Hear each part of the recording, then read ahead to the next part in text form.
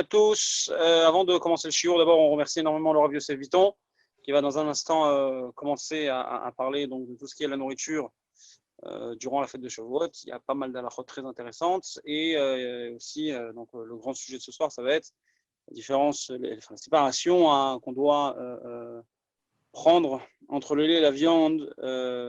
C'est donc une des journées sur lesquelles on est posé le plus en termes de questions dans l'Afka dans séparation de lait et viande.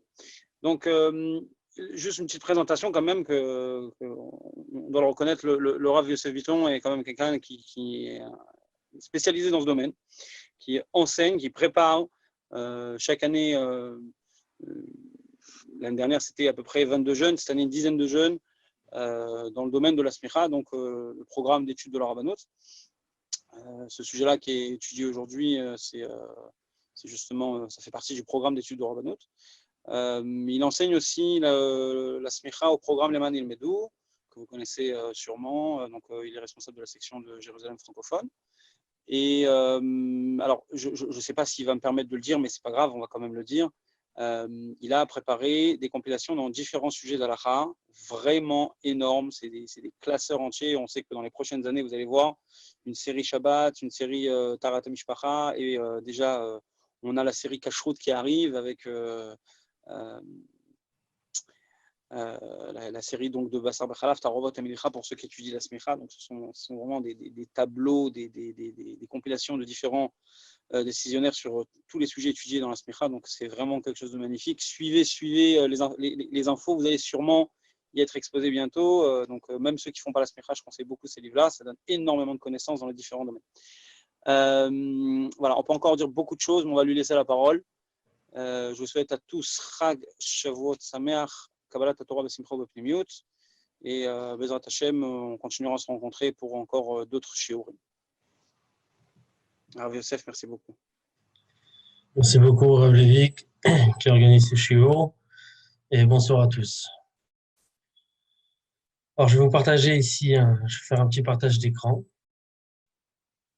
pour, si vous voulez, profiter de cette application Zoom pour faire un cours avec aussi un visuel, que chacun il ait aussi un support pour suivre le cours. Donc voilà, j'ai préparé quelque chose spécialement pour vous. Donc voilà, ce soir on va apprendre les halachot principales de la fête de Shavuot. Avant tout, j'aimerais préciser une chose, c'est que la fête de Shavuot, c'est une fête assez spéciale. Non pas uniquement parce que c'est le don de la Torah, mais si on réfléchit bien par rapport à toutes les fêtes de l'année, elle est assez différente. À chaque fête, on voit qu'on accomplit une mitzvah spécifique qui est liée directement à la fête, comme par exemple à Rosh Hashanah, on sonne du shofar. À Sukkot, on mange sous la souka, on fait la mitzvah d'Arba Minim, le Etrog et le Lulav. Et ainsi de suite, chaque fête, à Pessah, on mange la matzah. Purim, on lit la Megillah, Mishloach Manot, etc. Hanouka, on allume la Hanoukia. Chaque fête, elle a sa mitzvah appropriée, sa mitzvah spécifique qui lui appartient. Tandis qu'à Shavuot, il y a une chose étonnante. Aussi grande elle est cette fête, aussi bien on voit qu'il n'y a pas réellement de mitzvah spécifique liée à la fête de Shavuot. On n'a pas une mitzvah spécifique à accomplir. Alors certes, c'est sûr qu'on va lire à la choule, dans la Torah, on va lire les 10 commandements, etc. Mais c'est pas, on ne peut pas qualifier ça en tant que mitzvah spécifiquement liée à la fête, car dans toutes les fêtes, nous avons aussi l'habitude de lire les passages de la fête dans la Torah le jour de la fête, comme à Pessah, à Sukkot, etc. Donc c'est un point commun qu'il y a dans toutes les fêtes. On ne voit pas ici une mitzvah spéciale à accomplir le jour de Shavuot, comme dans toutes les fêtes. Et le rabbi, il soulève, dans une des sirotes, il soulève cette nekuda, il relève cette nekuda, et il explique le pourquoi du comment.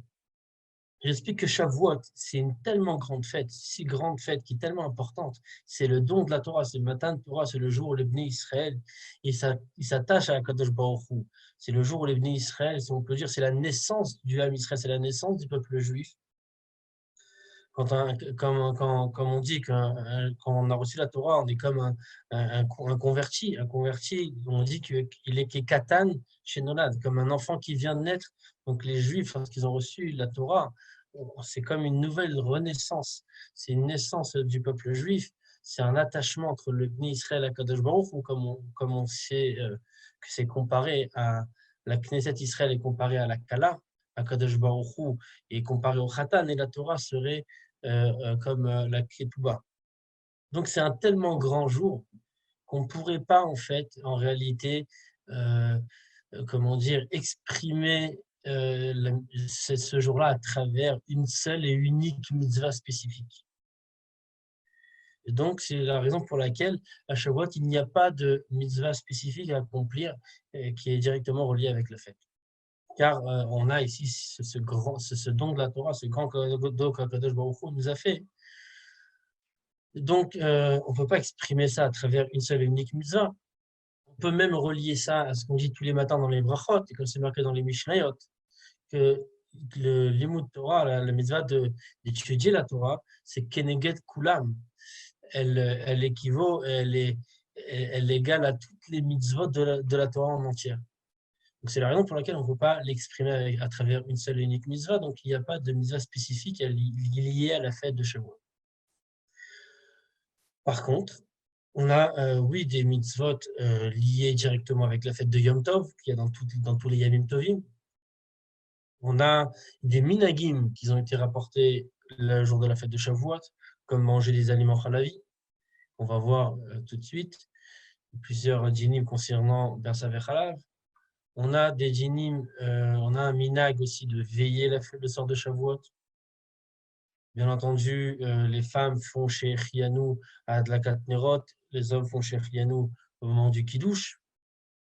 Cette année spécialement, on a la mitzvah de Hiruv Tafshilin, qui est nogé en général lorsqu'un Yom Tov tombe la veille d'un Shabbat, pour nous permettre, pour nous donner la possibilité de préparer et cuire des plats pendant Yom Tov pour le lendemain qui est Shabbat. Nous devons faire Hiruv Tafshilin, donc à travers 2 chalotes, un morceau de viande, un morceau de poisson. Donc c'est plus ou moins tout ce qu'il y a. Et dans Shulchan Aruch, on peut aussi voir qu'il y a un seul et unique siman, le siman Tav Tzadik Dalet. C'est le siman qui parle des lois de Shavuot. Donc, on va profiter aujourd'hui de s'arrêter plus sur les lois de Basar Vechalav, car puisque Shavuot, on a l'habitude de manger justement, on a ce minag de manger des aliments halavi. Donc, on est amené forcément à des questions de Basar Vechalav, beaucoup de questions, c'est important de les rappeler. Pas souvent dans l'année, on a la possibilité d'étudier Basar Vechalav, donc c'est le moment, en préparation à la fête de Shavuot, de rappeler quelques halachot importantes concernant Basar Vechalav. Donc, je vous présente déjà la progression du cours, les sujets qu'on va parler. Donc, premièrement, on va voir ensemble des choses qui nous sont assez communs et que je pense que la majorité d'entre nous connaissons déjà. C'est important un peu de les revoir, ça nous permet même de faire un Dvar Torah à table. Le jour de Shavuot, on a ici plusieurs raisons pour lesquelles on a l'habitude, on a ces minhag de manger des aliments halavi le jour de Shavuot.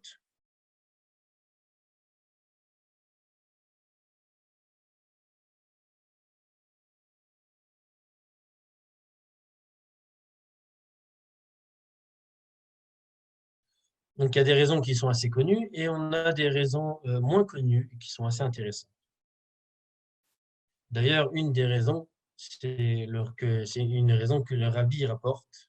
Il dit que les malachim, lorsqu'ils sont venus chez Abraham Avinu, il y a marqué qu'ils sont venus 3 malachim chez Abraham Avinu pour lui annoncer qu'il allait avoir un enfant, etc. Chacun des 3, il avait sa mission. Et Abraham Avinu leur a donné à manger sous l'arbre, il leur a préparé, comme il est marqué dans le Chumash, et marqué dans la paracha, il leur a donné à manger de la viande et du lait, de la viande avec du beurre.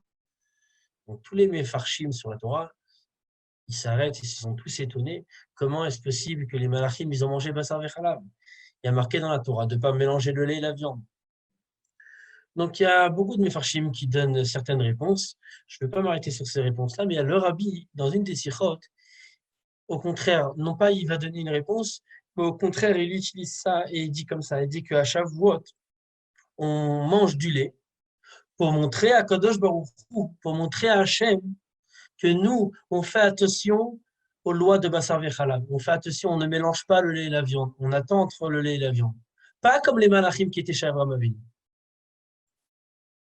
Pourquoi ce inyan-là de montrer à Kadosh Baruch Hu qu'on ne fait pas comme les malachim? Donc, on sait tous que lorsque Moshe Rabbeinu est monté sur l'Arsinaï pour donner la Torah à Bnei Israël, les malachim, les anges, ils ont argumenté devant Kadosh Baruch Hu et ils lui ont dit pourquoi tu donnes la Torah au Bnei Israël? Pourquoi tu donnes la Torah à des êtres humains? Donne-nous la Torah à nous, on est des anges, on est tes voisins, on est Tachat Kisa Kavod. Pourquoi tu ne donnes pas la Torah à nous? Et à ce moment-là, c'est marqué que Dieu, il a demandé à Moshe Rabbeinu de répondre aux malachim. Donc il y a eu tout un dialogue entre Moshe Rabbeinu et les malachim. Et à un moment, Moshe Rabbeinu, il a dit aux malachim, il leur dit, viens, on voit ce qui est marqué dans la Torah. On va voir si vraiment elle est faite pour vous. Il y a marqué dans la Torah, l'otignom, de ne pas manger, de ne pas voler, l'otirtsach, ne pas tuer, etc. Le kabed avicha ve'etidmecha, honneur ton père et ta mère. Vous, en tant que malachim, vous avez des parents pour accomplir cette mitzvah, honneur ton père et ta mère. Vous avez un yetzerara pour accomplir les autres mitzvot qui est marqué dans la Torah? Non. Donc la Torah, elle est appropriée pour des êtres humains. Et ainsi de suite. Et tout le dialogue entre Moshe Rabbeinu et les Malachim. Donc le Rabbi il veut nous faire comprendre à travers cette raison que le jour de Shavuot, on mange justement des aliments halavi pour ensuite accomplir cette mitzvah de Bassar Vechalav, de ne pas mélanger le lait et la viande, pour montrer à Kadosh Baruch Hu, regarde, nous, on fait attention aux lois de Bassar Vechalav, pas comme les Malachim. Donc c'est la raison pour laquelle on va s'arrêter sur ces lois de Bassar Vechalav. Et une raison encore qui est importante, c'est que le kolbo, c'est un rishon, il marque que le jour de Shavuot, spécialement, on a la possibilité, on peut être moins strict au niveau des lois de Bassar Vechalav. Alors c'est un grand chidouche, ça peut étonner beaucoup de personnes. Le kolbo, il marque vraiment que malgré que toute l'année, on fait vraiment attention de séparer le lait et la viande, attendre une heure, etc. Il dit pour le jour de Shavuot, comme c'est le minag, de manger des aliments halavi, on ne va pas être si strict, que ça, on peut être un peu moins indulgent. Mais la halacha n'a pas été tranchée comme le kolbo. La majorité des poskim qui suivent après ont tous marqué qu'il faut à tout prix accomplir les lois de Bassar Vechalav, le jour de Shavuot, comme le reste des jours de l'année, et même encore mieux, justement, le jour de Matan Torah, montrer à Kadosh Baruch Hu qu'on fait attention aux lois de Bassar Vechalav. Donc, c'est la raison pour laquelle c'est vraiment un moment propice pour vraiment réviser ces lois de Bassar Vechalav. Donc, on va voir, donc, le premier point, on va voir les raisons pourquoi on mange le halav, pourquoi on mange des aliments halavi à Shavuot.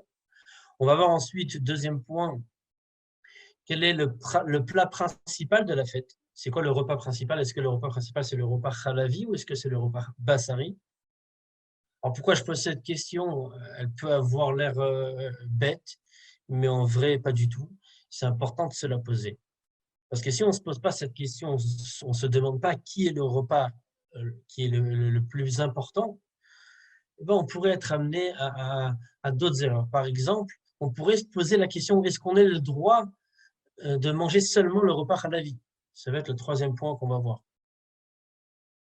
J'ai parlé aujourd'hui avec quelqu'un, il m'a dit, jusqu'à maintenant, je ne savais pas ce que tu m'as dit, mais jusqu'à maintenant, moi, le jour de Shavuot, je ne me cassais pas la tête, je faisais qu'un repas halavi. Donc, est-ce qu'on a le droit de faire un repas halavi? Donc, ça dépend justement de cette première question qu'on a demandé. Qui est le repas principal? Est-ce que le repas principal, c'est le repas bassari, c'est le repas viande, c'est le plat principal de la fête, ou bien c'est le plat halavi? Troisième question aussi, à quel moment devons-nous faire motzi? À quel moment on doit faire les tilat yadayim et faire lechem mishné? Puisqu'on va faire deux repas, Et comme on va voir par la suite, on va attendre 1 heure entre le lait et la viande. Donc, on va faire le matin de Shavuot, on va faire 2 repas. Un repas halavi et un repas bassari. La question que tout le monde se pose, et on s'en mêle un peu les pieds, les pattes chaque année, on se demande c'est quand que je fais motzi? Je fais motzi avant le repas halavi, je fais le motzi avant le repas bassari, je fais le motzi avant chacun des 2 repas. Ça peut peut-être faire beaucoup. Donc, comment faire exactement? Bien entendu, encore une fois, ça dépend de qui est le repas principal. Quelles sont les conditions pour faire des chalot halavi? Quelqu'un qui voudrait faire profiter de cette fête de Shavuot pour pétrir du pain avec du lait, pour faire des chalot halavi. Alors, est-ce que la halakha nous autorise de faire du pain halavi? Et si oui, de quelle manière? À quelles conditions? 6e point qu'on va voir, donc c'est combien de temps on doit attendre entre le lait et la viande. Donc, on va détailler tous les détails, à part le temps, qu'est-ce qu'il faut faire, qu'est-ce qu'il ne faut pas faire. Et comment, 7e point, de quelle manière on compte cette heure, comment on compte, est-ce qu'on compte 1 heure depuis le moment où on a fini de manger le lait, ou est-ce qu'on compte 1 heure depuis la fin, la fin du repas de Birkat Hamazon. Ça veut dire après qu'on a fait Bracha Harona, et après on compte 1 heure. Parce que des fois, on peut manger halavi, peut-être commencer un Dvar Torah, traîner un petit peu, discuter. Du coup, après faire Bracha Harona, il s'est passé une demi-heure entre le temps où on a fini de manger le lait et Birkat Hamazon. Donc la question est, que depuis quand commence le compte à rebours de 1 heure? Est-ce qu'il commence à partir du moment où on a fini de manger le lait, ou est-ce qu'il commence à partir du moment où on a fait Birkat Hamazon? Donc c'est une question assez importante. Dans le cas qu'on vient de donner, est-ce que je devrais attendre 1 heure et demie en tout au total, puisque la première demi-heure elle était avant le Birkat, ou je devrais attendre 1 heure depuis le moment où j'ai fini de manger? J'ai oublié de préciser au début du show, mais bien entendu, celui qui a une question, il peut ou la marquer dans la conversation, ou à la fin du show, on donnera la parole à tout celui qui a des questions.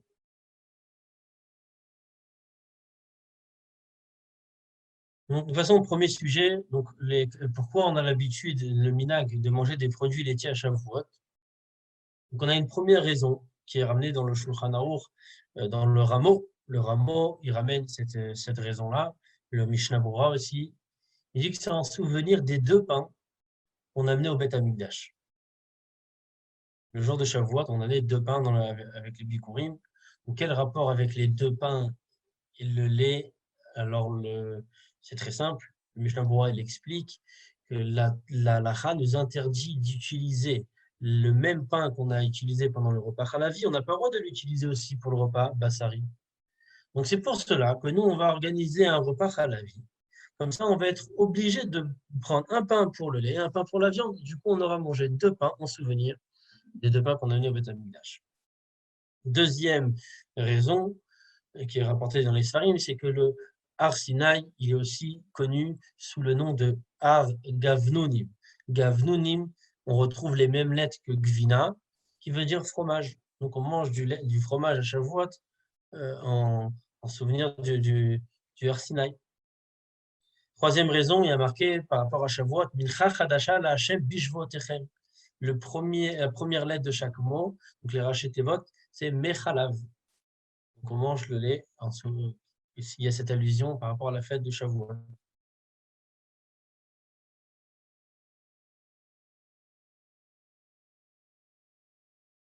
On voit sur les notes, on insiste de souhaiter joyeux anniversaire, Mazel Tov à Ethan.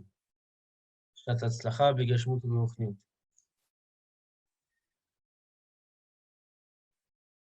Quatrième raison, la Torah elle est comparée au lait, comme il y a marqué Dvash vechalav tachat lishonecha. Donc, comme c'est le jour de Matan Torah, on mange du lait. Cinquième raison, qui est assez connue, c'est que le jour de Matan Torah, la Torah elle a été donnée le jour du Shabbat. Alors, c'est vrai que dans la Gemara, il y a une marloquette. Est-ce que la Torah a été donnée le 6 Sivan ou est-ce qu'elle a été donnée le 7 Sivan? Nous, on tient comme les Chachamim qui pensent que la Torah elle a été transmise, elle a été donnée le 6 Sivan, mais d'après tous les Shitot dans la Gemara, tout le monde est d'accord que ça a été donné un Shabbat. Donc la Torah elle a été donnée Shabbat, les Juifs ils viennent d'apprendre quels sont les dînim pour la shrita, comment les dînim du couteau, etc. Ils ne pouvaient pas faire la shrita, non seulement parce qu'ils leur manquait ils viennent d'apprendre les dînim, mais c'est le jour de Shabbat, ils ne pouvaient pas faire la shrita, donc ils n'avaient pas de viande à manger. Donc forcément, ils étaient amenés à manger chalav. Sixième raison, qui me semble assez peu connue, c'est que Moshe Rabbeinu, il a été mis dans le Nil, dans son berceau, le Zainadar, il est né, il a été mis dans le berceau, il est resté 3 mois et il a été récupéré le 6 Sivan. Donc le jour de Matan Torah, c'est le jour où Moshe Rabbeinu il a été récupéré du berceau du Nil par Batia. Batia a voulu lui donner, l'allaiter et lui donner du lait. Bien sûr, on connaît tous que Moshe Rabbeinu il a rejeté ce lait, il ne voulait pas se nourrir d'un lait venant d'une non-juif. Donc pour le mérite de Moshe Rabbeinu, on mange les aliments halavi le jour de Shavuot. Une septième raison qui est ramenée, c'est que les lettres de Chalav, la valeur numérique de Chalav, la gematria de Chalav, c'est égal à 40. Chet, ça fait 8. Lamed, ça fait 30, donc 38. Plus le Bet, ça fait 2, ça fait 40. 40 qui correspond aux 40 jours où Moshe il est resté sur le Har Sinaï. Donc c'est pour ça qu'on mange les aliments Chalavi. Et la raison du rabbi qu'on a cité tout à l'heure, pour montrer à Hachem que nous, on fait attention entre le lait et la viande. Pas comme les malachim. Il y a encore vraiment beaucoup d'autres raisons qui ont été ramenées dans les Sfarim.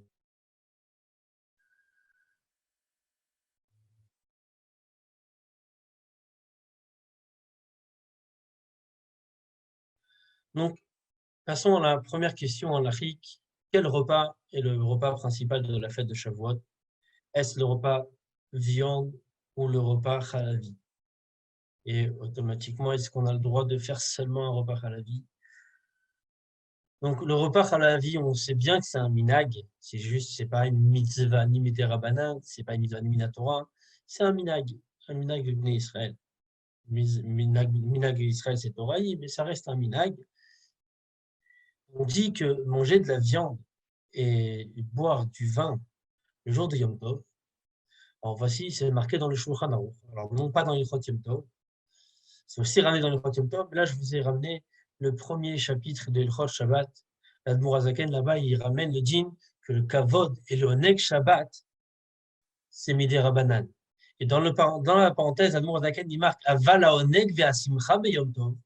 Mais la joie, le jour d'un Yom Tov, Bema'achal ou Bemishte, dans les aliments et dans les boissons, Hu Minatora, il est Minatora. Et en bas, dans le Koutres Sacharon, l'Admour Hazaken, il marque une note. Ça veut dire quoi? De quelle joie il parle? Kegon, Bassar, Veyaim, de la viande et du vin. She'en Simcha ela bebassar, ve'en Simcha ela beyaim. Il n'y a pas de joie seulement avec la viande ou seulement avec le vin. Donc on voit ici mes fourrages, l'Admour Hazaken il nous dit manger de la viande, boire du vin le jour de Yom Tov, c'est une mitzvah qui est minatora. Et ainsi l'Admour Hazaken il répète dans Siman Taf Kuf Raftet de Ilchot Yom Tov la mitzvah de manger de la viande pendant tous les Yamim Tovim, Yom Tov, Sukkot, Simchat Torah, Shavuot, c'est une mitzvah minatora.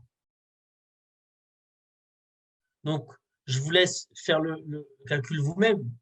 Si manger chalavi, c'est seulement un minag, et manger de la viande et du vin le jour de Shavuot, le jour de Yom Tov, c'est une mitzvah qui est minatora, c'est sûr et certain qu'on ne peut pas se suffire d'un repas halavi et supprimer le repas bassari, qui est le repas le plus important de la fête. C'est le repas principal, c'est le repas qui est minatora.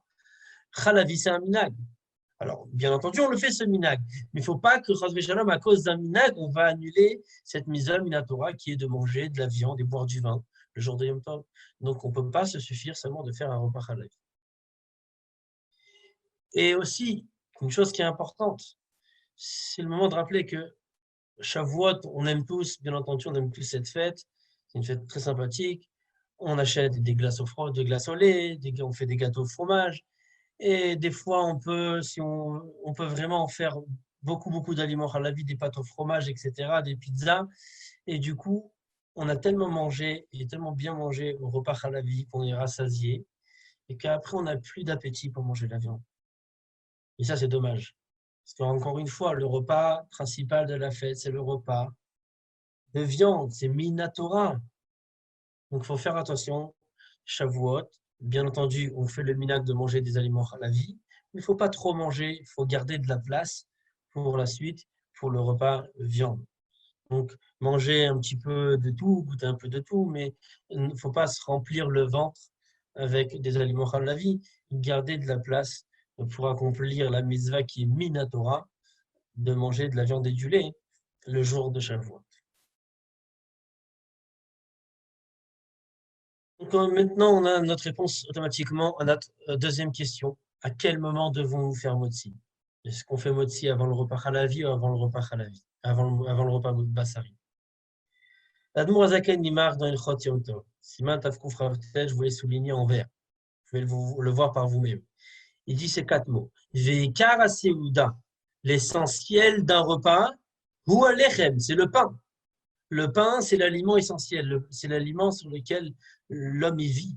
C'est à la lechem yechia adam. Le pain, c'est l'aliment essentiel de la séouda. Donc, il suffit de faire 1 plus 1. Si la séouda essentielle, c'est la séouda de viande, et l'essentiel de la séouda, c'est le pain, donc à quel moment je dois faire motzi? Je dois faire motzi avant la séouda bassari. Donc, c'est sûr que c'est obligatoire de faire lechem mishné, de faire motzi avant le repas bassari. Donc, ça nous fait une raison de plus de garder de la place quand on mange la vie, de garder de la place pour le repas bassari. Mais on pourrait se poser la question, est-ce qu'on devrait faire motzi aussi avant le repas halavi? Alors oui, il faut faire avant le repas bassari, mais est-ce qu'il y a un besoin de faire aussi avant le repas halavi? Ou on peut se suffire de faire kidouche, manger des gâteaux maisonnettes, etc. Ou il faut à tout prix faire motzi avant de manger halavi. Donc, la réponse à cette question, dans le rameau, comme on a cité tout à l'heure, lui, il a déjà dit que pourquoi on mange du lait à Shavuot. C'est justement pour accomplir ce inyan-là de manger les 2 pains à Shavuot qui sont en souvenir des 2 pains qu'on a nés au Beth Amikdash. Donc, d'après le rameau, le Mishnah Boura, il marque, en Siman Tav Tzadik Dalet, il marque que c'est pour ça qu'il faut faire motzi avant chaque repas, avant le repas bassari et avant le repas halavi aussi. Donc, il y a une chita comme ça, le Mishnah Boura, le rameau qui dit de faire motzi avant chaque repas, mais concrètement, là, le minag n'a pas été retenu de faire 2 fois motzi. Le Darket Shuvah, déjà, il ramène qu'on peut se suffire en faisant maisonnote. Et on sait aussi, comme ça c'est rapporté, comme ça a été le minag du rabbi. Le rabbi faisait, le matin, il faisait, après la tfila, kidouche, après il mangeait un petit gâteau halavi, il attendait 1 heure, et après il faisait le repas bassari. Donc avant de commencer le repas bassari, il faisait netilat yadayim, motzi, etc. Donc comme ça, aujourd'hui, c'est le minag. On fait kidouche, on se suffit de manger quelques aliments halavi, et c'est le motzi, on le fait qu'avant le repas bassari. Mais, puisqu'on ne fait pas motzi tout de suite après le kidouche, c'est important de rappeler une halakha. Il y a une halakha qu'on ne peut pas être du kidouche hela bimkom seouda, seulement à l'endroit de la seouda. Alors, l'endroit de la seouda, c'est pas seulement physiquement à table dans laquelle on va manger, mais il faut aussi qu'il y ait un repas qui ait lieu.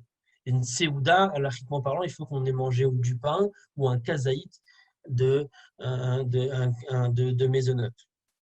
Donc, il va falloir manger tout de suite après le kidouche, au lieu de commencer à se jeter sur des glaces, des choses comme ça qui n'ont pas de farine, il va falloir tout d'abord manger un gâteau où il y a assez de pâte, il y a assez de farine, ou même bien manger des crackers en premier. Comme ça, on est sûr déjà d'avoir accompli la mitzvah de kidouche bimkom seouda. Que sachez que kidouche bimkom seouda, il faut le faire dans les environ 6-8 minutes après le kidouche.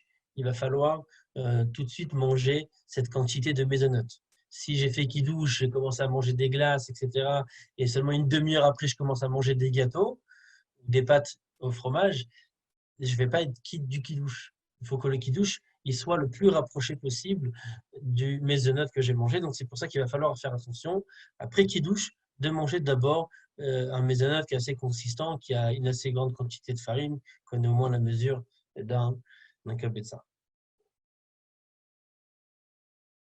Donc ça, c'est concernant les seudot.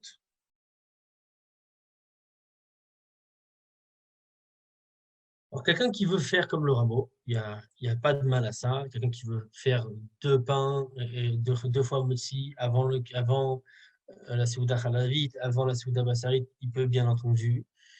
Il va falloir quand même garder de la place pour le repas Bassarit, comme on a déjà dit plus haut.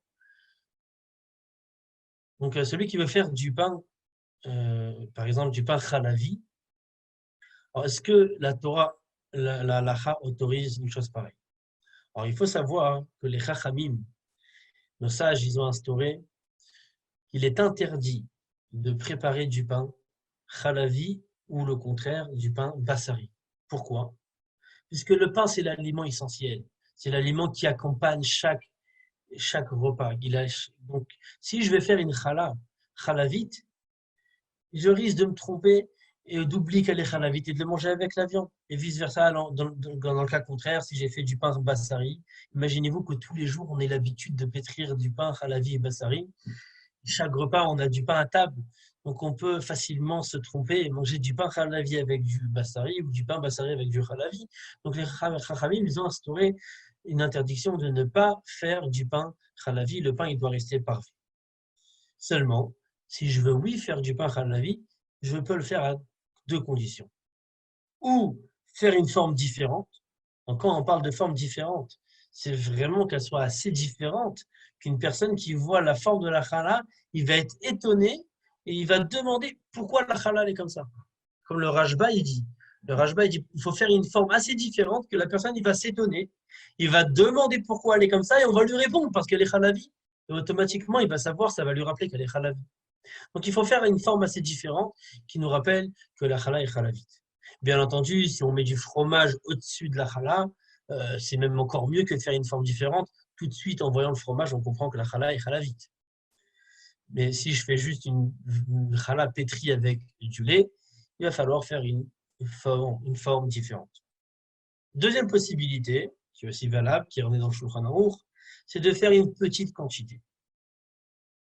Une petite quantité, pourquoi? Parce que si on va faire une petite quantité, on va la manger assez vite. Je n'aurai pas le temps d'oublier quel est le statut de cette challah, est-ce qu'elle est halavi ou bassari. Alors, qu'est-ce qui est considéré une petite quantité? Donc, la halakha, on tient qu'une petite quantité, c'est ce qui va nous servir, qui va être mangé dans une journée. Donc, ça va suffire pour un jour, pas pour 2 jours. À partir de 2 jours, on peut déjà commencer à s'oublier le pain qu'on a fait la veille, est-ce qu'on l'a fait halavi ou bassari. Donc, c'est pour ça que si on fait une challah halavi, on ne fait pas une forme différente, il va falloir en faire qu'une petite quantité qui va être mangée dans la journée. Donc, c'est pour ça que Shavuot, de toute manière, Shavuot en Israël, c'est qu'un seul jour. Donc, il n'y a pas de problème à ça. Et comme le Rameau, il marque le minag de manger halavi le jour de Shavuot, c'est seulement le premier jour. Pour ceux qui sont en Chutz Laaretz, ceux qui sont en France, par exemple, qui font 2 jours de Shavuot, il n'y a pas le minag de manger halavi le deuxième jour. Alors, si une personne elle veut se faire plaisir, elle veut manger halavi le deuxième jour, etc., il va falloir faire attention. C'est que la halavi, il va falloir à tout prix lui faire une forme différente. Pourquoi? Parce qu'à partir du moment où on passe le deuxième jour, on peut déjà commencer à oublier. Donc, on n'aura pas le droit de pétrir du pain halavi pour une quantité qui suffit pour 2 jours, seulement uniquement pour un jour. Donc, le plus, si on peut dire, la halakha n'a pas de préférence entre la première ou la deuxième solution, mais mitzad, le côté pratique, si on peut dire, c'est plus facile et c'est plus méthodique de faire une forme différente. Ça nous rappelle assez facilement que la challah est halavite.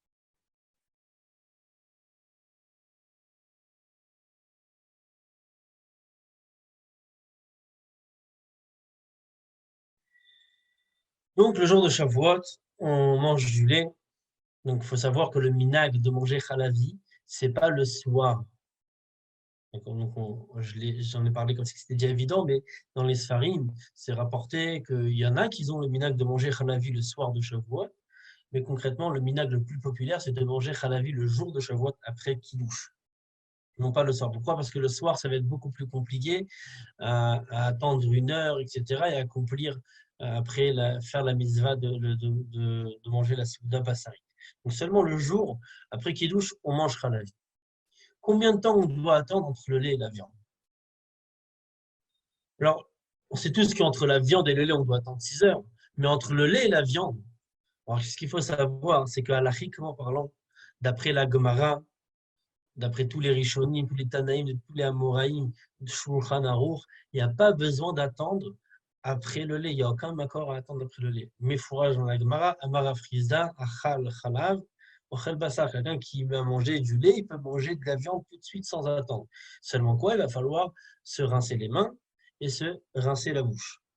Comment on se rince la bouche? Il faut mâcher un aliment consistant comme du pain, des gâteaux. Donc ça va, en mangeant un gâteau ou de la challah, donc ça va, si vous voulez, attraper chaque petite miette de fromage qui pourrait rester dans les dents, et boire de l'eau et faire comme un petit bain de bouche. Il ne suffit pas juste de boire un verre d'eau, il faut quand même, au moment où on boit de l'eau, essayer de faire passer la bouche, l'eau dans chaque recoin de la bouche pour rincer. Donc c'est ce qu'on appelle quinoa hadacha. Donc on a 3 choses à faire.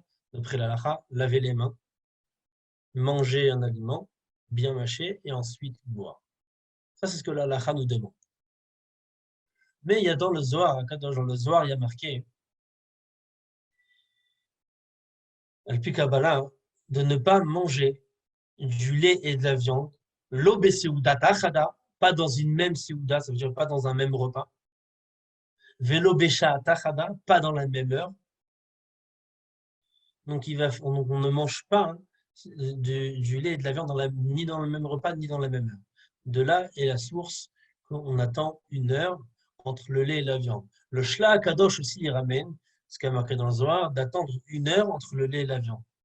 C'est ramené aussi dans le rameau, dans Siman Petet. Et on a ici, je vous ai partagé une lettre qu'on a demandé, quelqu'un qui pose la question au Rabbi, quel est le minag d'attendre après du lait? Le Rabbi il marque les shelato les minaginu benoga l'achilat basar l'achere machel achalab. Concernant sa question, quel est notre minag entre le lait et la viande? Bichla, les viandes en général, naginan benan, notre coutume, elle est la mtinsha d'attendre 1 heure. Et il dit va filou la chalav vechema, même après du lait ou du beurre, on attend 1 heure. Pas comme certains pensent que seulement si tu as mangé du fromage, on attend 1 heure. Mais si j'ai mangé un chocolat, un milk munch, ou si j'ai mangé une glace au lait, ou j'ai juste bu un café au lait, pas besoin. Non. Le Rabbi ici, Mefourash, il nous dit à filoua chechala, ben si j'ai juste bu du lait. Donc, peu importe sous quelle forme de lait j'ai mangé à travers un chocolat khalavi, un café au lait, une glace au lait, à partir du moment où j'ai mangé un aliment khalavi, le Rabbi nous dit que notre minag est d'attendre 1 heure. Pas seulement d'attendre 1 heure, et il rajoute vegam lo beota seuda, pas dans la même seuda. Qu'est-ce que ça vient rajouter? Parce que des fois, on pourrait dans l'idée attendre 1 heure, mais toujours dans le même repas. Par exemple, manger khalavi, attendre 1 heure et enchaîner sur la viande. Non, la halakha nous interdit. Il faut à tout prix changer de repas. Comment on change de repas? On fait birkat Amazon. C'est obligatoire, faites bien attention à ça. On fait birkat Amazon. Et si on n'a pas mangé du pain, comme notre minag, on mange que des mezonot, donc on doit faire bracha harona. On ne peut pas entamer la seouda bassarit si on n'a pas fini le repas khalavi. Donc il va falloir faire birkat Amazon. Ça, c'est pas seulement un pisoar, ça c'est d'après la halakha. D'accord? Donc d'après la halakha, on nous demande de se laver les mains, de se laver la bouche, de faire birkat Amazon, de changer la nappe, de nettoyer tout ce qu'il y a sur la table, de laisser aucun aliment khalavi sur la table. Et là, Sfaradim, beaucoup de Sfaradim, ils vont faire comme il y a marqué dans Yalkut Yosef, ils vont garder le Ekar Adin tel qu'il est d'après la halakha, pas besoin d'attendre 1 heure, ils vont enchaîner tout de suite le repas Bassari. Il faut savoir que même chez les Sfaradim, le Kaf HaChaim et d'autres poskim Sfaradim disent qu'il faut aussi attendre 1 heure comme c'est marqué dans le Zohar. Important à savoir, c'est que le Zohar, il est rapporté dans le Bet Yosef. Ça veut dire Rabbi Yosef Karo. Les Sfaradim tiennent essentiellement du Mechaber, du Shulchan Aruch, qui est Rabbi Yosef Karo. Dans son livre, le Bet Yosef, il ramène le Zohar Kadosh. C'est pas rien du tout. c'est important, que ça montre que même les Sfaradim, ils ont un accord au fait qu'eux-mêmes doivent aussi attendre 1 heure. Concrètement, chez les Sfaradim, chacun fait selon son minhag, mais même chez les Sfaradim, c'est important de savoir qu'il y a ce minhag d'attendre 1 heure, mitzad le Zohar. Il y a certains qui attendent une demi-heure. Ça, ils ont fait une pshara, ils ont dit au lieu d'attendre 1 heure, on va attendre une demi-heure. Et ils expliquent que quand le Zohar il a dit de ne pas manger bécha tachada, de ne pas manger du lait et de la viande dans le même moment, ça ne veut pas forcément dire 1 heure, ça veut dire dans le même moment. C'est quoi un moment qui est assez important, qui est considéré le même moment? C'est une demi-heure. Dans la même demi-heure, on est, si on veut, dans le même moment. Plus loin qu'une demi-heure, c'est déjà un autre moment différent. Ce m'accord d'une demi-heure, pourquoi une demi-heure et pas un quart d'heure? Ce m'accord d'une demi-heure, on le trouve dans plusieurs endroits dans la halakha, qu'une demi-heure, c'est déjà un moment assez important. On le trouve par rapport au lien de Samour, les mincha, quand on dit de ne pas faire des melachot proches à mincha, par rapport à proche à Tzetak Kochavim, de ne pas commencer à manger pour ne pas oublier de faire Arvit, etc. Donc, dans plusieurs endroits dans la halakha, on utilise le terme de Samour. C'est un temps, si on peut dire, assez considérable. Ce temps-là, c'est une demi-heure. Donc, des poskim, ils ont fait une pshara, ils ont expliqué que le pshat du Zohar, quand on dit d'attendre, de ne pas manger dans la même heure, mais l'obécha dans le même moment, ça ne veut pas forcément dire 1 heure, ça veut dire une demi-heure.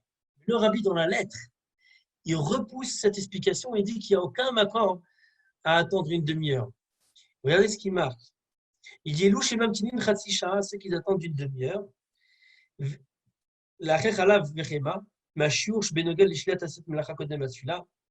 Donc, ils ont appris ça du shiur, de ne pas faire des melachot avant la tefila, qui est aussi une demi-heure. Chez Alachot, Mishnah, il est Samour la mincha. Vashiur, que voit Baboskim, c'est Khatsisha. Le rabbi marque que votre bala mechabeb comme munach. Ça veut dire que je le respecte, mais qui accompagne qui fait chez éthique bemertavo ikar araya chasam sefer. Le écart de sa preuve, ikar araya sefer, c'est une expression pour dire le écart de ta preuve, elle manque dans les mots. Sa preuve, c'est que le lachon de Samour, ça veut dire une demi-heure. Mais le Zohar, il n'utilise pas le mot de Samour. Le Zohar, il utilise le mot de Sha'ata Hada. Si le Zohar, il avait dit Samour, alors on aurait pu, effectivement, on aurait pu expliquer que le pshat, c'est une demi-heure. Mais l'écart de la preuve manque.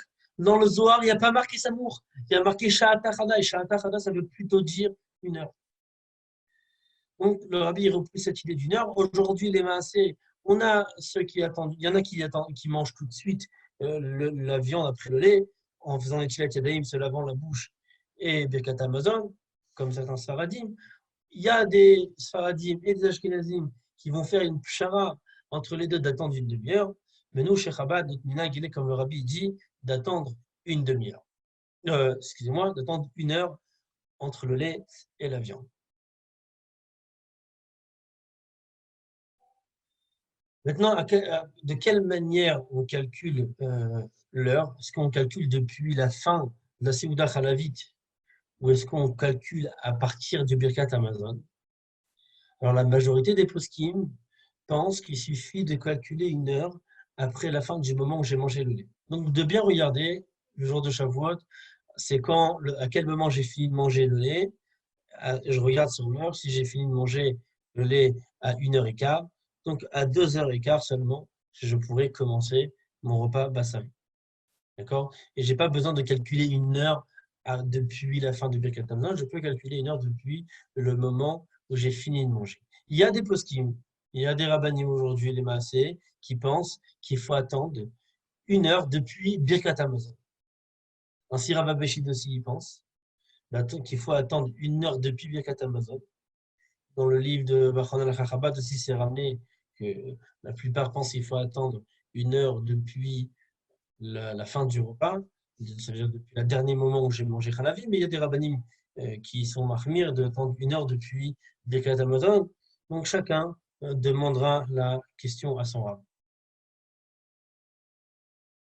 Moi, personnellement, ce que je dis, c'est je pense qu'il faut attendre 1 heure seulement depuis la fin du repas.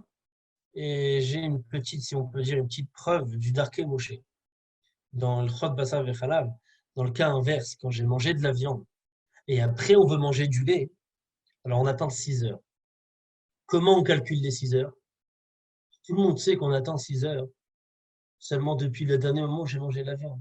Personne ne va vous dire qu'il faut attendre 6 heures depuis la fin de Birkat Hamazon. Il suffit d'attendre 6 heures depuis le moment où j'ai mangé la viande. Là-bas, dans le Darké Moshe, le rameau, il rapporte le langage du Issour Vétéran. Son langage, c'est quoi? Il dit il faut faire Birkat Hamazon et attendre 6 heures. Alors, le Darké Moshe, il comprend peut-être ce que ça veut dire. D'abord, tu fais Birkat Hamazon et après, tu comptes 6 heures. Tout de suite après, le Darké Moshe, il dit non, c'est pas un vrai diouk, il faut pas vraiment le prendre de mot. C'est là, Davka, ça suffit de compter 6 heures depuis le dernier moment où j'ai mangé. C'est juste une façon de s'exprimer. Il a pas choisi, il a présenté les choses dans l'ordre chronologique. Quand tu vas expliquer à quelqu'un les dynimes, tu vas lui dire d'abord les choses en première affaire. Donc, tu fais ta là, tu fais Birkat Hamazon. Ensuite, tu attends 6 heures. Donc, tu n'as pas dit comment calculer les 6 heures. Tu fais Birkat Hamazon, tu attends 6 heures depuis le dernier moment où tu as fini de manger la viande. Et après, tu manges le lait. Donc, comme ça, le rameau, il dit, mais fourrage, qu'il ne faut pas être médaillek du Issur Vétéra Or, qu'il faut attendre 6 heures après la Séouda. Bien qu'il le marque après, ça veut là, d'Afka, dire que c'est après la Séouda. Pourquoi je vous dis ça? Parce que ceux qui sont marmir, ils vont être médaillek du Shla Kadosh. Le Shla Kadosh, il dit, fais Birkat Hamazon et après attends 1 heure. Dans le cas où tu as mangé du lait, et après tu veux manger de la viande, il dit d'abord tu fais Birkat, il dit, il faut faire Birkat Hamazon et attendre 1 heure.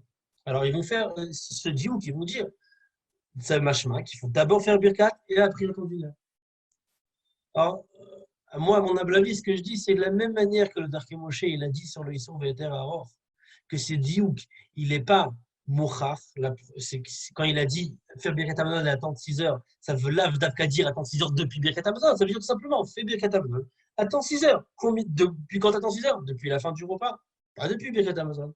La même chose, je peux le dire sur le Khalavi. Quand le Shlakadosh, il a dit fais Birkat Hamazon et après tu attends 1 heure, ça veut là dire d'attendre 1 heure depuis la fin, depuis Birkat Hamazon, ça peut vouloir dire tout simplement de la fin du repas, depuis le dernier moment où j'ai mangé Khalavi.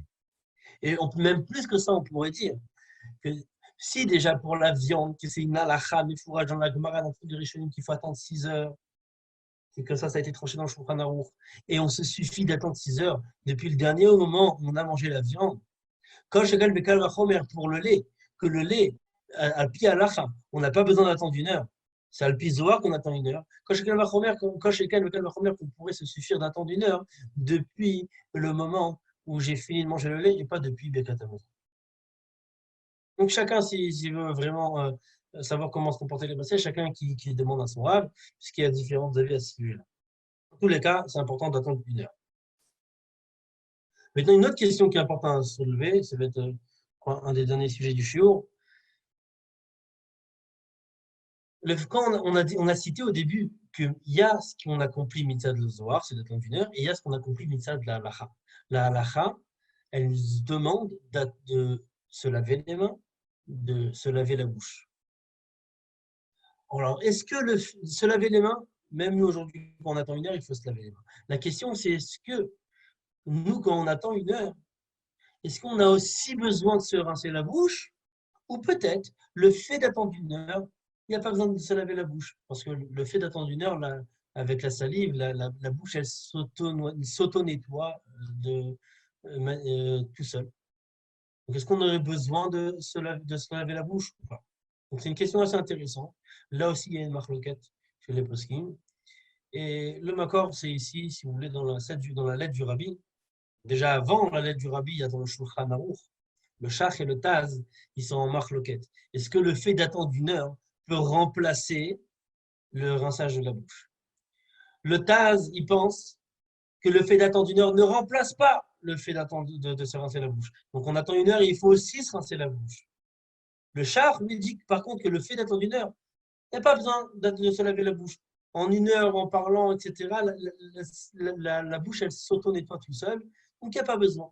Le Pri Megadim, il explique le char et il dit pourquoi il n'y a pas besoin d'attendre 1 heure. Il dit parce que Efsek Shah, le fait d'attendre 1 heure, Machlif qui noir, ça remplace le fait de se rincer la bouche. Donc, le rabbi, ici, il rapporte dans la lettre, il dit Verre Pri Megadim, il nous envoie au Pri Megadim.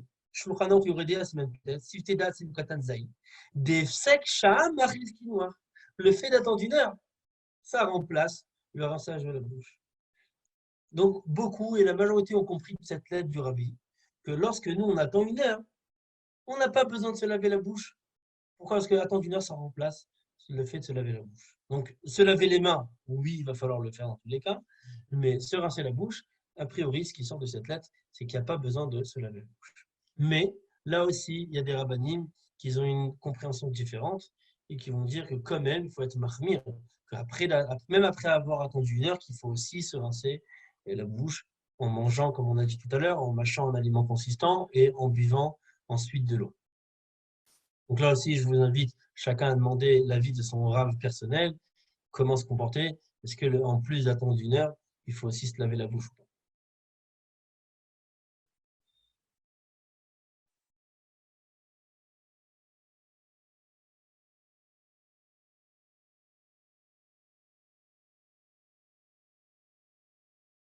Donc, un point important, c'est qu'il y a des gens qui peuvent se poser la question comme ça et commencer à faire un calcul assez racham. Ils se disent, regarde, de toutes les manières, comment je vais faire motzi, le temps que je fasse Netilat Yadayim, que je fasse motzi, que tous les enfants fassent Netilat, ça prend au moins 5 minutes, etc.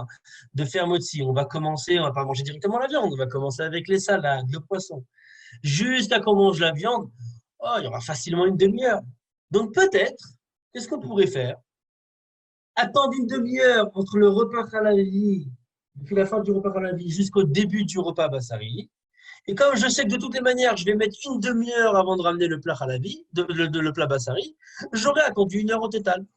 Donc, est-ce que je pourrais attendre une heure depuis le début, c'est-à-dire depuis la fin du moment où j'ai attendu, où j'ai fini de manger le lait, jusqu'au début où je vais manger la viande, mais j'ai déjà commencé le repas Bassari avant. Alors, la réponse à ça, c'est non. Dans les Acharonim, ils disent que ce n'est pas une bonne chose à faire. Pour la simple et unique raison qu'une personne, lorsqu'il commence la Séouda, donc forcément, il est déjà dans la Séouda Bassari, et il va savoir, et c'est possible qu'il va, dans la Séouda, il va pas être assez concentré, et il va pas être comme ça à regarder, maman, je te la montre, est-ce que c'est bon, il peut amener le repas Bassari ou pas, et il peut facilement être amené à manger la viande. Donc c'est déconseillé. Donc l'heure entre le lait et la viande, elle commence depuis la fin du moment où j'ai mangé le lait, ou d'après le Bekatamdan, d'après certains, jusqu'au début du repas Bassari. Pas jusqu'au moment où je mange la viande, mais jusqu'au motzi. Donc on n'entame pas la Séouda tant qu'on n'a pas attendu une heure.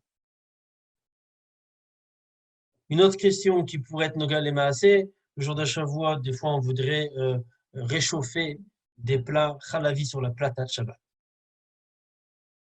Donc là, c'est une question qui cause problème a priori. La plata de Shabbat, elle sert pendant l'année pour des repas viande. Et là, je veux, le jour de Shavuot, réchauffer par exemple des pâtes au fromage.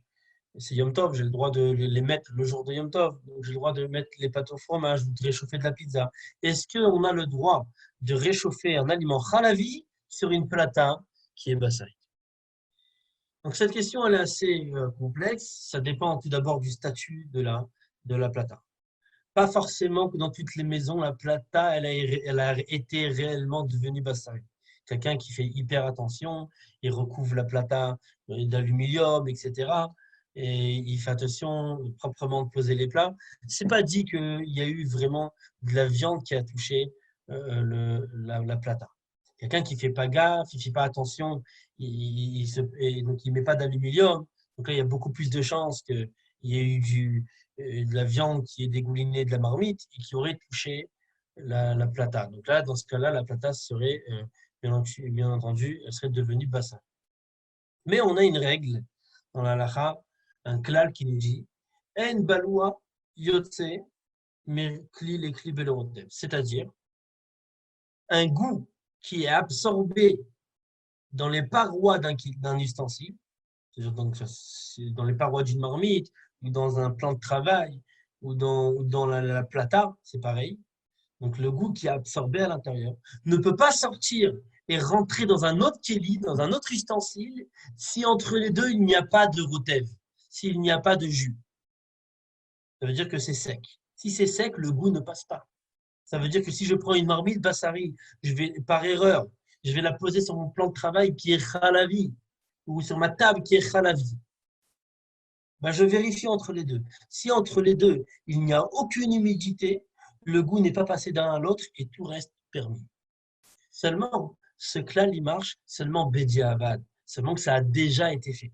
Les khatrila, on ne va pas commencer à mettre une marmite bassari bouillante sur un plan de travail khalavi. Malgré qu'il n'y a pas de jus entre les deux, c'est sec, et le goût ne passe pas. Les khatrila, le rameau, il nous dit de ne pas le faire. Donc c'est pour ça. Si notre plata, elle est bassari, ce qui peut être, d'après la majorité des cas, ça peut vraiment être le cas si on ne fait pas attention. Il y a la viande qui a été coulée dessus, donc la plata, les bassari. On ne pourrait pas mettre des aliments khalavi, même s'ils sont dans un ustensile, on ne pourrait pas les réchauffer sur la plata, les khatrila. Si ça a été fait, c'est plus tard, mais les khatrila, on ne pourrait pas le faire. Si la plata, bien entendu, elle est toute neuve, on sait ça fait quelques mois qu'on l'a acheté, on sait clairement qu'il n'y a pas eu de la viande dessus qui est tombée. Donc on pourrait, mais caradine, on pourrait bien entendu réchauffer des aliments halavi, bien entendu en mettant un ustensile. Et il y a des poskim qui vont nous permettre que même si la plata, elle est concrètement bassari, si je vérifie bien qu'elle est propre, et je vais mettre dessus plusieurs couches d'aluminium. Il ne faut pas se suffire de une ou deux, l'aluminium il est assez fin, de mettre vraiment 4 ou 5 couches d'aluminium. Si l'aluminium il est assez épais, ça suffirait une couche, deux couches. Donc mettre quelques couches d'aluminium sur la plata, vérifier d'abord qu'elle est bien propre. J'ai recouvert la plata. Donc à ce moment-là, on pourrait éventuellement réchauffer un repas khalavi sur cette même plata. Maintenant, moi, ce que je propose, il y a d'autres solutions, d'autres alternatives qui pourraient être plus simples, sans rentrer dans chez l'autre. On a notre kumkum. Notre kumkum, il est parvé. Et on n'en a pratiquement jamais besoin pour la viande. On l'utilise pratiquement que pour faire notre café au lait, etc. Donc, je pourrais tout simplement réchauffer.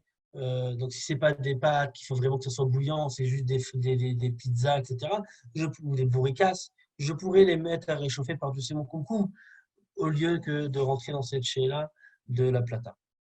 Aussi, une autre question qui serait problématique dans la plata, c'est que si je vais être amené à réchauffer les aliments khalavi sur ma plata bassari, il y a grande chance qu'en général, à côté, j'ai le plat chaud de viande qui m'attend une heure après. Et là, j'ai un autre problème. C'est que la halakha nous interdit de mettre une marmite de lait à côté d'une marmite de viande. Par exemple, si c'est une marmite de pâte au fromage, ne pas la mettre à côté d'une marmite de viande de peur qu'il y aurait des éclaboussures d'une marmite à l'autre. Donc c'est pour ça que c'est déconseillé d'éviter vraiment ces nianas de mettre deux plats khalavi bassari à côté sur la même plata. Il ne faut pas le faire. Si vraiment je m'organise bien, alors je peux enlever le repas bassari de la plata. Je vérifie bien entendu que ma plata est bien propre. Je mets des couches d'aluminium, je mets mon plat halavi. Quand je le sers tout de suite à table pour le repas halavi, bah, tout de suite, la maman elle va changer l'aluminium, mettre un aluminium bassari, un nouveau aluminium, mettre le plat réchauffé, le plat de viande, comme ça, une heure après, le plat sera chaud. Donc voilà ce qui concerne les lois de Bassar Vechalav. Je voudrais terminer avec une petite nekuda chassidique. Mais concernant la loi des fêtes de Shavuot, donc on sait tous que la Chana Matan Torah, c'est l'union de Hardout, c'est l'union de Havat Israël. Déjà, la Lag BaOmer, déjà, on a déjà parlé de l'union de Havat Israël. C'est justement le Chisaron, on peut dire, des 24 000 élèves de Rabbi Akiva, l'Onaru Kavod Elazé, donc il fallait se renforcer dans Havat Israël. Et encore une fois, avant Shavuot, il y a ce union-là, ce minag de Shabbat Hardout, de se renforcer dans la Hardout avant Matan Torah. On dit les Bnei Israël, ils étaient qui ish echad belev echad le jour de Matan Torah. Et quand Dieu il a vu que les Bnei Israël étaient bardous, il a dit ah là il mérite la Torah. Donc j'aimerais faire un petit lien entre les lois de Bassar Vechalav et la redoute de Matan Torah. Bon, quand on parle de la redoute, c'est bien sympathique, etc. Mais c'est pas forcément, c'est peut-être plus facile à dire qu'à faire. Et il y a des personnes qu'on a du mal à s'entendre avec eux. Et donc il n'y a pas forcément chaleur. Donc, j'aimerais juste utiliser les lois de Bassar Vechalav pour prendre un petit enseignement ici. Lorsque on a la viande et le lait qui se mélangent, j'aimerais vous poser une question. Le lait, il est badat la madrine. La viande, elle est badat la madrine, cacher la madrine. Les deux, ils sont cachés la madrine. Je les mélange ensemble. La Torah, elle te dit, c'est taref les gamins. C'est à soi. Alors, j'aimerais vous poser une question. Qui est le fautif? Est-ce que le fautif, c'est la viande ou est-ce que le fautif, c'est le lait? Or, il est clair, tout le monde a compris que lorsque le lait et la viande ils se mélangent, ça forme un seul et unique interdit de la Torah. La Torah nous interdit de mélanger le lait et la viande. On ne peut pas accuser plus la viande que le lait. On ne peut pas accuser plus le lait que la viande. Les deux, ils y sont pour 50%. Chacun, il a son tort ici à 55. Donc, lorsque des fois on est amené shalom, à mal s'entendre avec une personne, ça peut être avec des shalom bayit à la maison, ça peut être avec un ami, ça peut être avec n'importe quelle personne, il faut toujours se rappeler. Il se peut qu'on est ici comme du lait et de la viande. Il n'y a pas un qui a raison et un qui a complètement tort. Et on ne peut pas se disputer avec un mur. Le mur, il ne parle pas. Avec une personne, on peut se disputer, mais pas forcément. Chaque personne, il est au rêve état, il s'aime lui-même. Donc forcément, il pense qu'il a tout à fait raison et que l'autre, il a tout à fait tort. Et l'autre, en face, il pense la même chose. Donc on pourrait un peu s'inspirer ici du nyan de Bassar Vechala. Quand le lait et la viande, ils sont mélangés, c'est pas le lait qui est fautif, c'est pas la viande qui est fautif, c'est les deux ensemble qui sont fautifs. Les deux ensemble, ils y sont pour 50-50. Donc, lorsque quelqu'un il se dispute, il faut savoir qu'il a aussi sa part dans ces liens-là. Donc, chacun doit faire un bonne nefesh, chacun doit essayer de s'améliorer, réfléchir qu'est-ce qui ne va pas chez lui. L'autre aussi en face fera le même travail. Comme ça, on pourrait arriver concrètement à une vraie ardoute et enfin pouvoir recevoir Torah Chadash à méditer, c'est la Torah Chadasha qui viendra avec Mashiach Tzidkenu Bekar Mamash. Alors, pendant le jour, j'ai vu que certains ont écrit, donc s'il y a des questions, je vous donne la parole, vous pouvez poser des questions maintenant.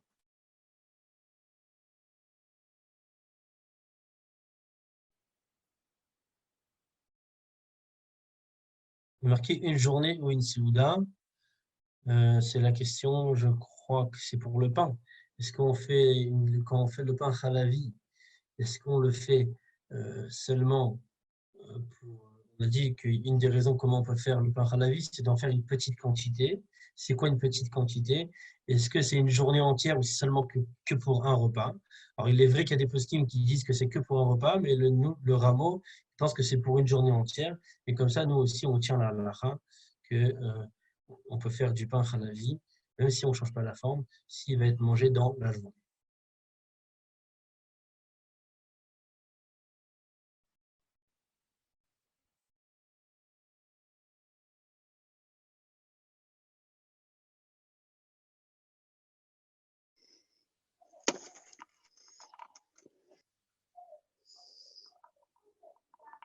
Moi, je vois que personne d'autre a des questions. Donc, Hachem, ça veut dire que ça a été clair. Je vous remercie. Je donne la parole à Lévi. Alors, Yosef Isharko, Hatsum, Mamash, merci beaucoup pour ce jour-là.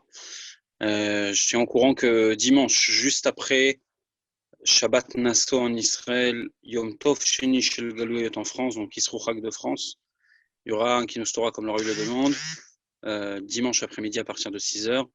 Je vous invite à suivre les Hashem sur les différents réseaux. Il y aura aussi un live directement sur Facebook et aussi sur Zoom.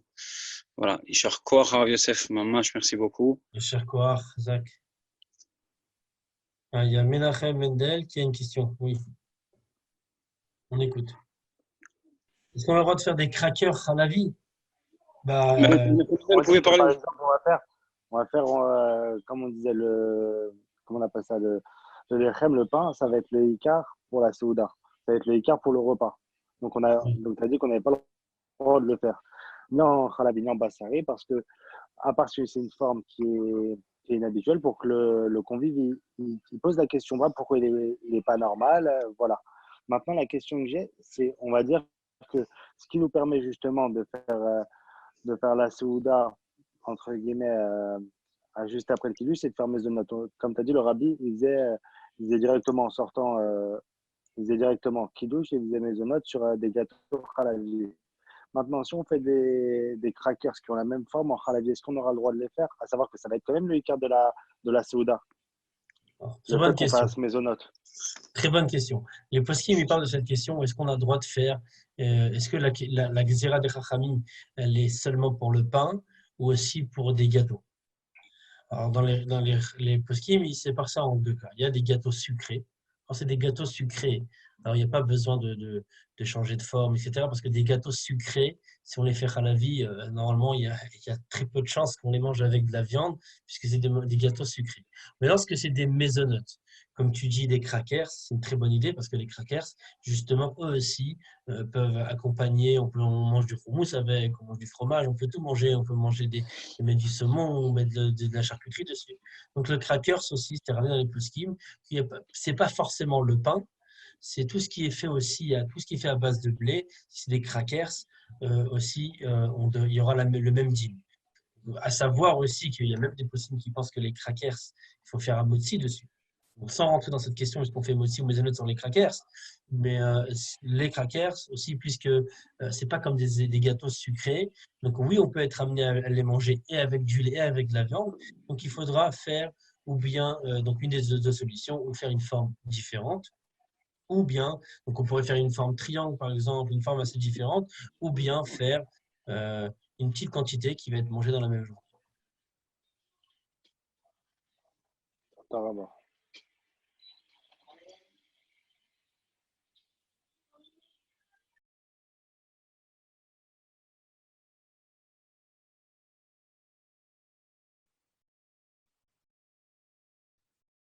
Alors un point, le temps que s'il n'y a personne d'autre qui a des questions, je me rappelle qu'il y a un point que j'ai oublié de parler, c'est le poisson.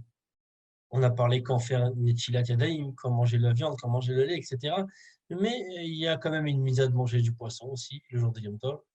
Et la question pourrait, quand manger le poisson? Est-ce que je mange le poisson en général, on mange le poisson en tant qu'entrée avec les salades avant de manger la viande.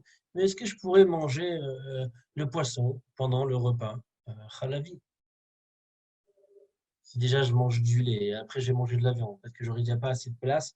Donc peut-être essayer de gagner un peu du temps, on pourrait dire, et manger peut-être le poisson avec halavi. Pourquoi pas faire une salade avec du saumon ou des pâtes au fromage avec du saumon? Est-ce que je pourrais manger et comme ça, de cette sorte-là, me rendre quitte de manger le poisson le jour de Yom Tov?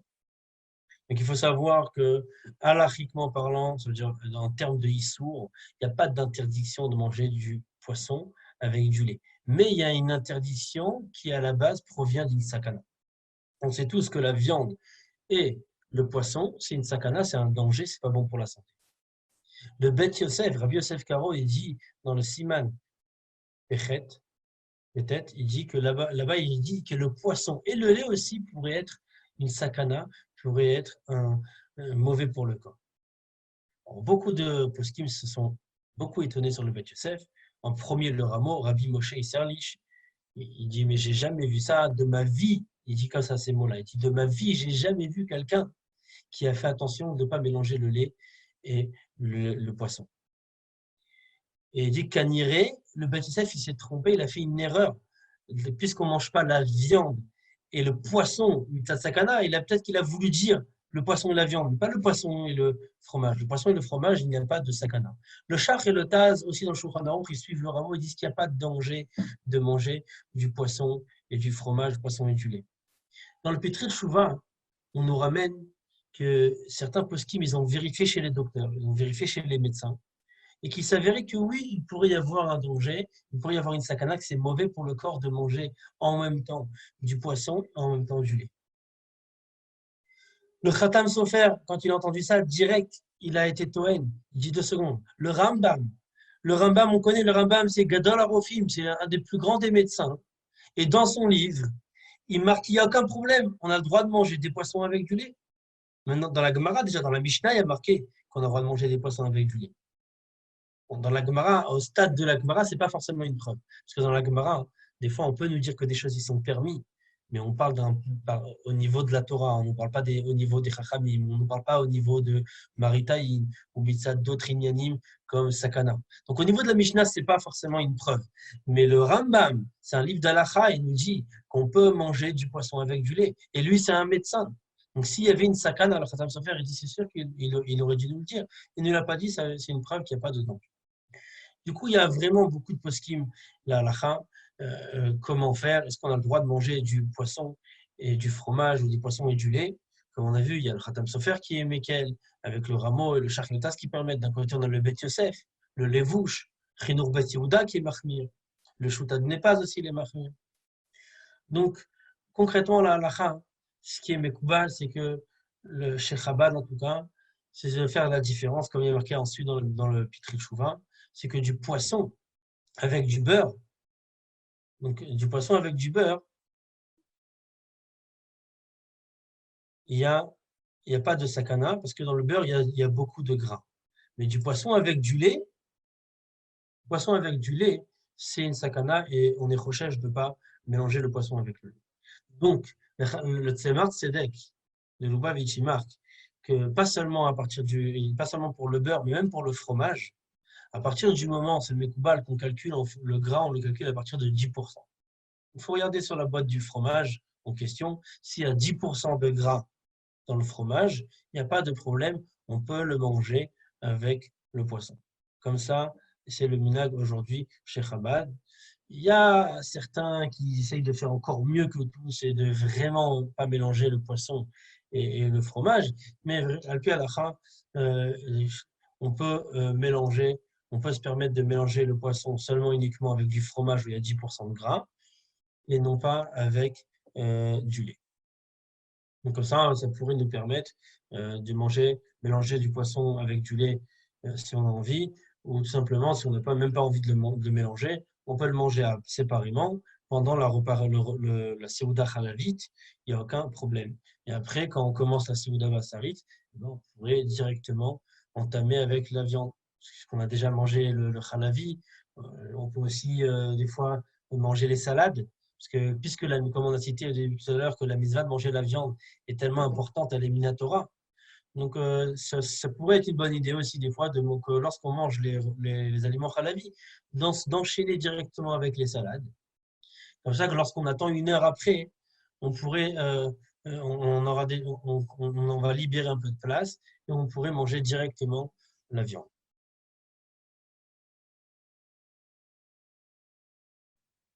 Non, si le poisson il est gras et pas le lait, ça suffit pas. Il faut que le fromage en question il soit gras, donc que ce soit du beurre ou un fromage qui contient 10% de gras.